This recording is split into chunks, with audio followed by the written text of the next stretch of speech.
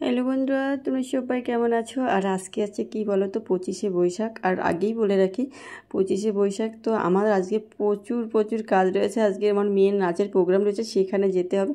তো এই ভিডিওটা আগেই করা তো আমি তো প্রতিদিন তোমাদের বলি যে আমার ভিডিও আগে করা থাকলে সেটা আগেই ভিডিও। এটা হচ্ছে রবিবারের ভিডিও, তো অর্ধেকটা অনেকটা বড় হয়ে যাচ্ছিলো, তো ভাবছিলাম আজকে ভিডিও দেবো না। তারপর দেখলাম না, এটা আছে আমার পুরো গ্যালারিটা মানে ফাঁকা করতে হবে, তার জন্য তো বলুন ইন্ট্রো দিতেই ভুলে গেছে। হ্যালো বন্ধুরা, তোমরা সবাই কেমন আছো? হাই, তোমরা সবাই ভালো আছো? আমি তো ভালো আছি। তোমাদেরকে নিয়ে শুরু করছি আমার এই সুন্দর মনোরম ব্লগটা। তোমরা যে যেখান থেকে আমার এই ব্লগটা দেখছো সবাইকে অনেক অনেক ভালোবাসা।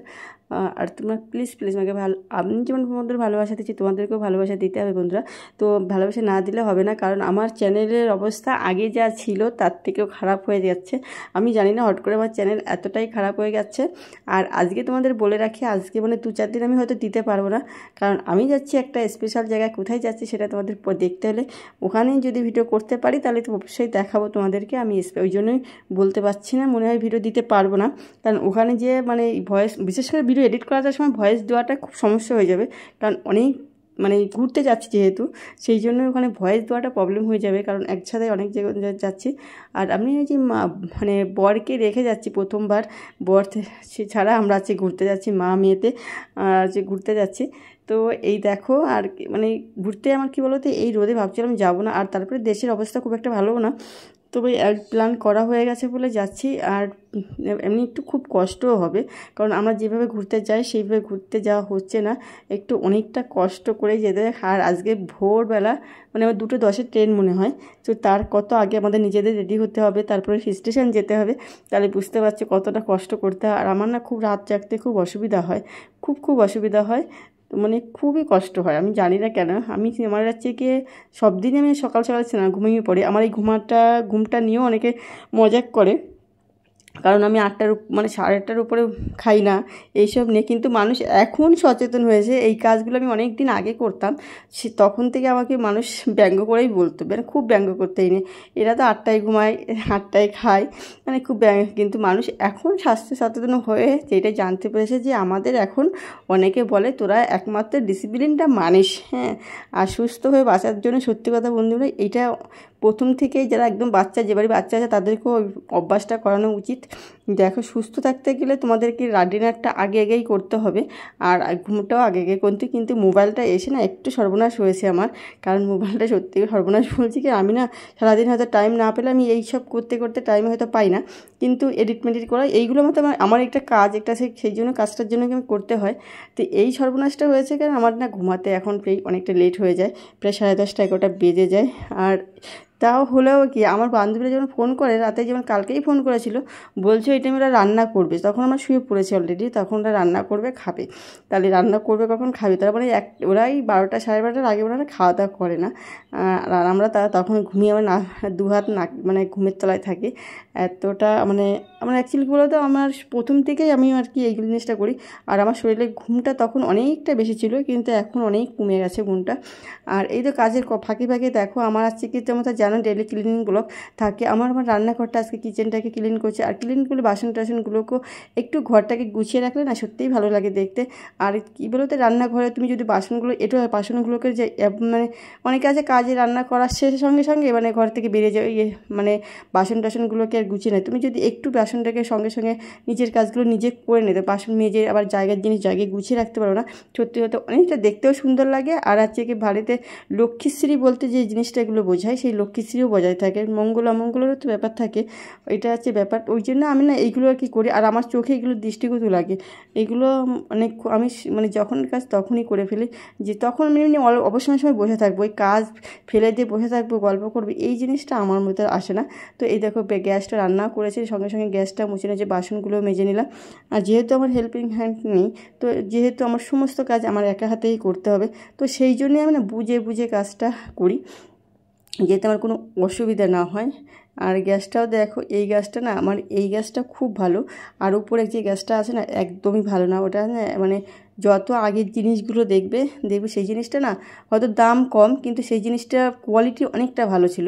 আর এখন হয়তো সেই জিনিস, এখন যে জিনিসগুলো বেরিয়েছে মানে ওই যা মানে আমার এই গ্যাসটা দিয়েই বলছি, কী বলতো ওই জিনিসগুলো টেকসই খুব একটা হয় না, আর মানে দামটা অনেক বেশি কিন্তু কোয়ালিটি অনেকটা কম হয়। আগের জিনিসে পুরনো চুলে ভাত বলে না, ওরম একটা ব্যাপার। কিন্তু সত্যি কথা পুরনো জিনিসের ব্যাপারটা আলাদা থাকে।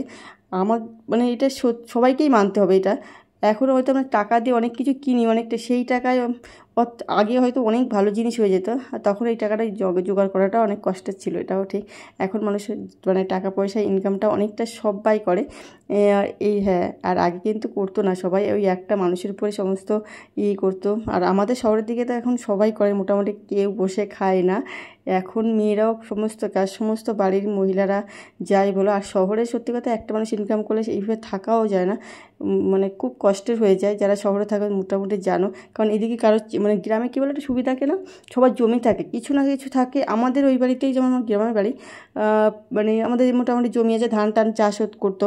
কিন্তু এখন কিন্তু শহরেতে এই জিনিসটা নেই। শহরে ওই একটা মানুষ যে যা ইনকাম করবে সেটার উপরে চলতে হয়, মানে ধান চাল কেনা লাগে না এটা। আর শহরেতে এই জিনিসটা হয় না, ওই জন্য শহরের সমস্ত মানুষকে। আর তারপরে এদের লাইফ স্টাইলটা অনেকটা হয় গ্রামের মানুষের লাইফ স্টাইল আর শহরের মানুষের লাইফ স্টাইল অনেক। আমাদের মতন তো তাও নর্মাল শহর, যেগুলো হাই প্রোফাইল শহর সেগুলো তো আরও বেশি না, ওদের তো আরও মানে ওদের ডিসিপ্লিন মানে লাইফ স্টাইল পুরো অন্যরকম হয়।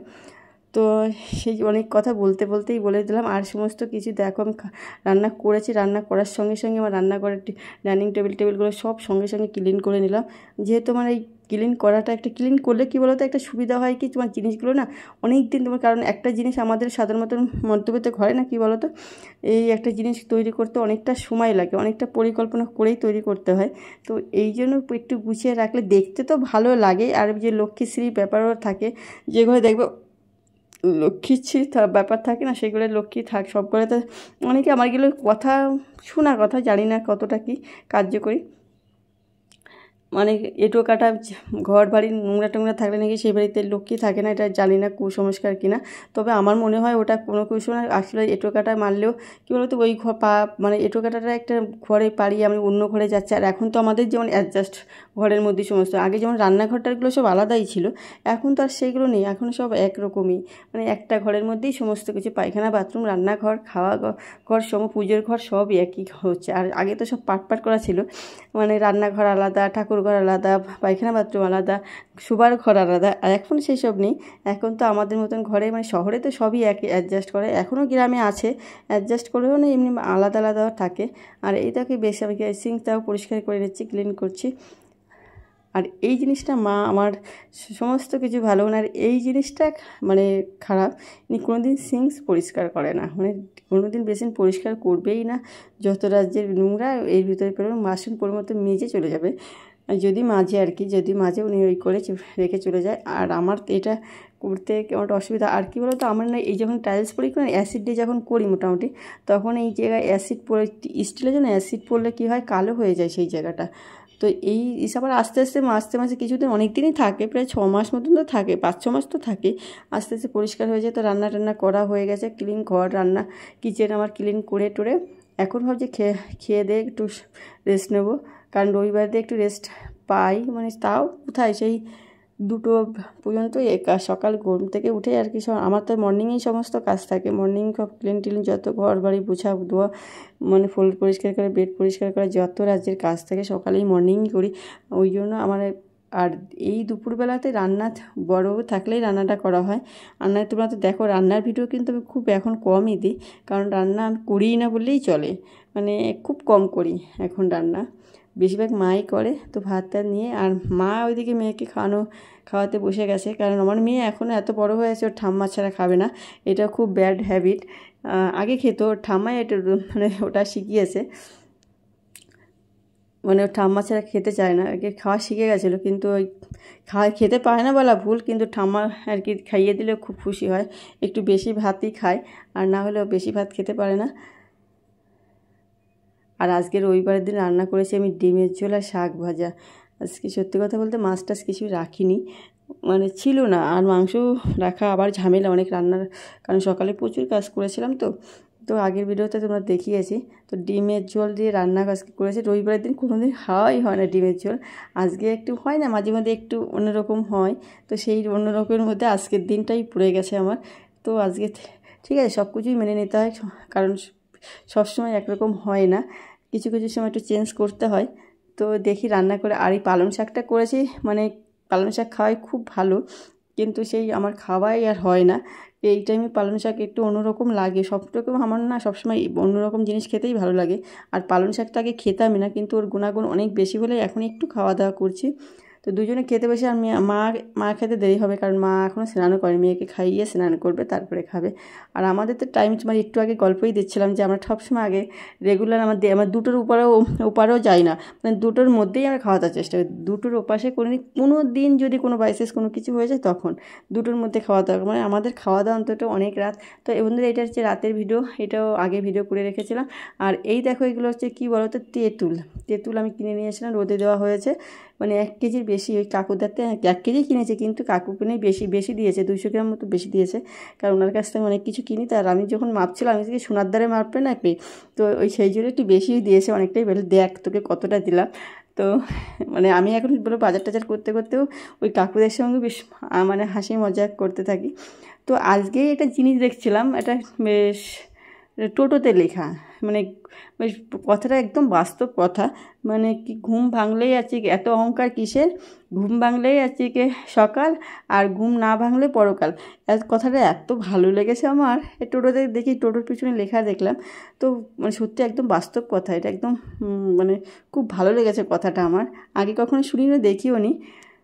তো এই যে আমার মেয়ে আছে 3rd হয়েছে, রবিবারের দিন ওই প্রাইজটা পেয়েছিল, ওর বাবাই নিয়ে গেছিলো কম্পিটিশান, আমি নিয়ে জানি। তো ওর মনটা খুব খারাপ, মানে 3rd হয়েছে কেন, তার জন্য খারাপ, এই জন্য।